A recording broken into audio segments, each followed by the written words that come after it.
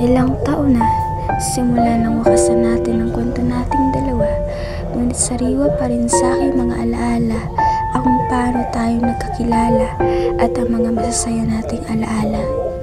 Minsan hindi ko naisip na magloloko ka dahil nabulag ako sa pagmamahal na iyong pinaramdam, pinakita. Nasasaktan pa rin ako hanggang ngayon, iniisip ang mga masasayang kahapon. Masakit makitang iba na ang mahal mo. Masakit isiping iba na ngayon ang laman ng puso mo. Naiiyak pa din sa tuwing naiisip ko ang dating tayo. Hindi ko pa din matanggap na natapos na ang kwentong binuo nating pareho. Masakit pa din isipin na ang bilis mo lang akong binitawan ni hindi mo ko nagawang ipaglaban. Masakit sabihin na salitang paalam, pero siguro panahon na para ikay aking bitawan ng puso'y di na masaktan.